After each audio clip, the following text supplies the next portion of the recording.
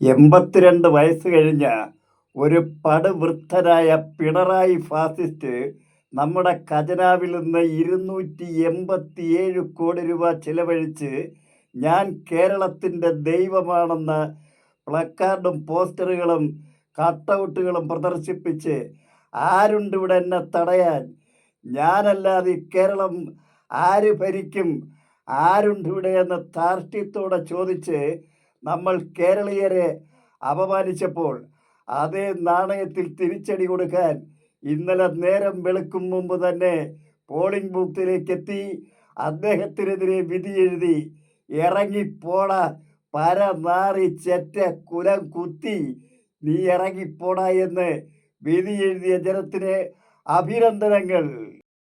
പ്രിയമുള്ളവരെ, പിണറായി വിജയന് ഏതോ ഉൾവിളി ഉണ്ടായതുപോലെയാണ് സകലവിധ ആർഭാടങ്ങളും സകലവിധ ആചാരങ്ങളും അദ്ദേഹത്തിൻ്റെ കൃത്യനിഷ്ഠകളുമൊക്കെ ഉപേക്ഷിച്ച് പ്രവർത്തകരെയും അണികളെയും കുടുംബസമേതം കൂട്ടി ധർമ്മടത്തെ വീട്ടിൽ നിന്ന് പോളിംഗ് സ്റ്റേഷനിലേക്ക് കാൽനടയായി വന്ന് തൻ്റെ സ്ഥാനാർത്ഥിത്വത്തിൻ്റെ അവസാന വോട്ടും, അതായത് തന്നെ ജനങ്ങളെ അടിച്ചിറക്കി വിടുന്നതിൻ്റെ ആഘോഷപൂർവമായ വോട്ട് വെടുപ്പ് നടത്തി ആ വോട്ട് രേഖപ്പെടുത്തി പിണറായി വിജയൻ ഇറങ്ങിപ്പോകുമ്പോൾ കേരളം അദ്ദേഹത്തിൻ്റെ പ്രായത്തെ അനുസരിച്ച് ബഹുമാനപൂർവ്വം വളരെ ആദരപൂർവ്വം നമ്മൾ അടുത്ത മെയ് 4-ാം തീയതി 3-ാം തീയതി വൈകിട്ട് വോട്ടെണ്ണി തീരുമ്പോൾ ഇദ്ദേഹത്തെ ആർഭാടപൂർവമായി അങ്ങ് ധർമ്മടത്തേക്ക് കയറ്റി വേണം, തിരുവനന്തപുരത്ത് ഇനി കണ്ടുപോകരുത് എന്ന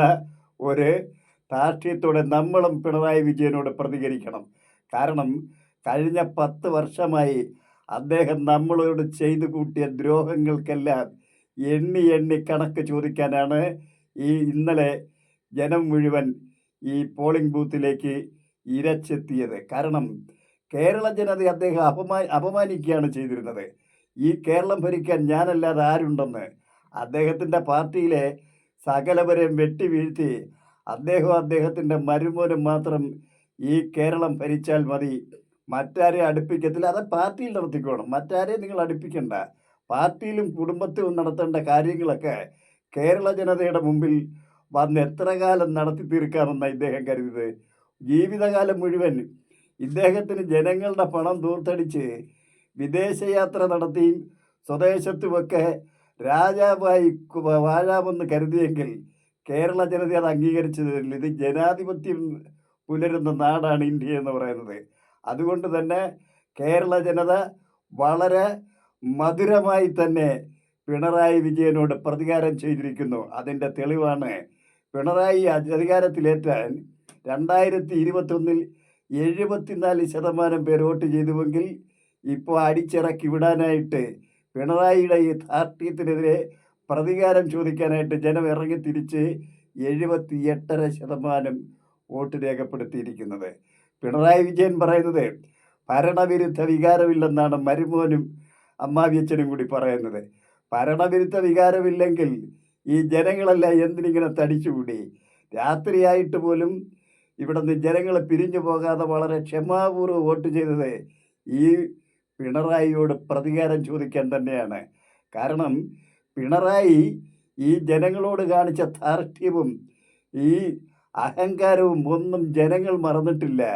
കാരണം ഈ PSC എന്ന് പറഞ്ഞൊരു ഒരു പ്രസ്ഥാനം ഉണ്ടാക്കി വെച്ച് അദ്ദേഹത്തിൻ്റെ സഖാക്കളെയും മച്ചമ്പിമാരെയും തിരികെ കയറ്റി ലക്ഷങ്ങളും കോടികളും ശമ്പളം വെറുതെ കൊടുത്ത് അവിടെ ഇരുത്തിയിട്ട് പിൻവാതിലൂടെ ലക്ഷക്കണക്കിന് സഖാക്കളെയും സഖാത്തികളെയും അണികളെയും പ്രവർത്തകരെയും ഒക്കെ സർക്കാർ ഉദ്യോഗത്തിൽ തിരികെ കയറ്റിയിട്ട് നമ്മുടെ സെക്രട്ടേറിയറ്റ് പടിക്കൽ വന്ന് ദിവസങ്ങളോളം ആഴ്ചകളോളം മാസങ്ങളോളം സമരം ചെയ്ത PSC ഉദ്യോഗാർത്ഥികളെ അപമാനിച്ചു വിട്ട റാസ്കലാണ് പിണറായി വിജയൻ.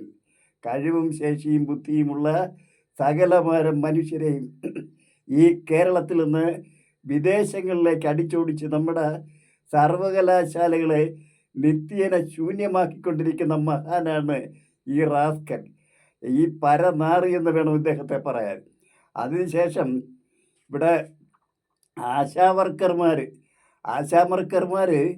ദിവസം സമരം ചെയ്ത് 280 ദിവസം സമരം ചെയ്തിട്ട് 100 രൂപ കൂട്ടിക്കൊടുക്കാനില്ലാത്തവൻ ഈ എന്ത് അവൻ്റെ പേര് തോമസ് എന്ത് തിരുത തോമസ് ഈ KV തോമസ് എന്ന് പറയുന്ന ഒരുത്തനെ ഈ ഡൽഹിയിൽ വെച്ച് മാസം ലക്ഷങ്ങളാണ് ശമ്പളം കൊടുക്കുന്നത്. മാസാമാസം ലക്ഷങ്ങളും തിന്നാനും കുടിക്കാനും ശമ്പളവും കൊടുത്തൊരുത്തനെ ഡൽഹി തിരിയിരിക്കുകയാണ്. എന്തിനാണ്?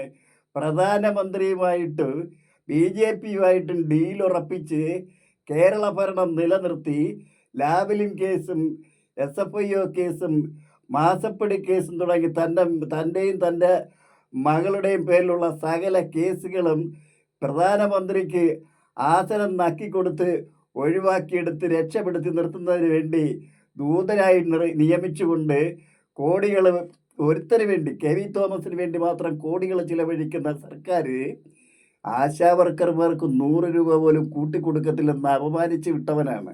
എന്നിട്ടിപ്പോൾ പറയുക ഞാനല്ലാതെ ആരുണ്ടെന്ന്, LDF അല്ലാതെ ആരുണ്ടെന്ന്. LDF എന്ന് പറയുന്നത് ഞാനാണ്. ഞാൻ പറയുന്നിടത്ത് നിൽക്കുന്ന കുറേ പൊട്ടന്മാർ ബിനോയ് വിശ്വം CPIയും കേരള കോൺഗ്രസിൻ്റെയും അവരെയൊക്കെ വിരട്ടിയാണ് നിർത്തുന്നത്. 25 സെൻറ്റ് വസ്തു 25 സെൻറ്റ് വസ്തു കവടിയാർ നമ്മുടെ മാണിക്ക് സ്മാരകം പണിയാൻ എഴുതി കൊടുത്തപ്പോൾ മറുകണ്ഠം ചാടാൻ നിന്ന ജോസ് കെ മാണി കൂടെ നിന്ന് കൊടുത്ത് ആത്മഹത്യയിലേക്ക് പോവുക. ജോസ് കെ മാണിയും റോഷി അഗസ്റ്റിനുമൊക്കെ പാഠം പഠിച്ചിനി മുതൽ വീട്ടിൽ കുത്തിയിരുന്ന് ചൊറി കുത്തും. അതുപോലെ തന്നെ പിണറായി വിജയൻ ഇനി അമേരിക്കയിൽ പോയി ചികിത്സിക്കുന്നത് ഞങ്ങൾ ജനങ്ങൾക്കൊന്ന് കാണണം. ഈ കേരളത്തിൽ ചികിത്സിക്കുമോ അമേരിക്കയിൽ പോയി ചികിത്സിക്കുമോ എന്നത് ഞങ്ങൾ കാത്തിരിക്കുകയാണ് എങ്ങനെയാണെന്ന് കാണാൻ. ഇനി ഈ തൂർത്തുമൊക്കെ ഒന്ന് അവസാനിപ്പിച്ച് മനുഷ്യനായി ജീവിച്ച് സത്യത്തിൽ ഈ കമ്മ്യൂണിസ്റ്റ് പാർട്ടിയോട് താങ്കൾ മര്യാദപൂർവം ദയനീയമായി മാപ്പ് പറഞ്ഞ് ഒഴിഞ്ഞു പോയില്ലെങ്കിൽ ചരിത്രം കേരള ചരിത്രത്തിൽ തന്നെ ഒരു ചെകുത്താനെ പോലെ തൻ്റെ പേര് വെട്ടിമാറ്റുമെന്ന് ഓർമ്മിപ്പിച്ചുകൊണ്ട് ഞാൻ ഈ എപ്പിസോഡ് ഇവിടെ അവസാനിപ്പിക്കുന്നു. Good bye.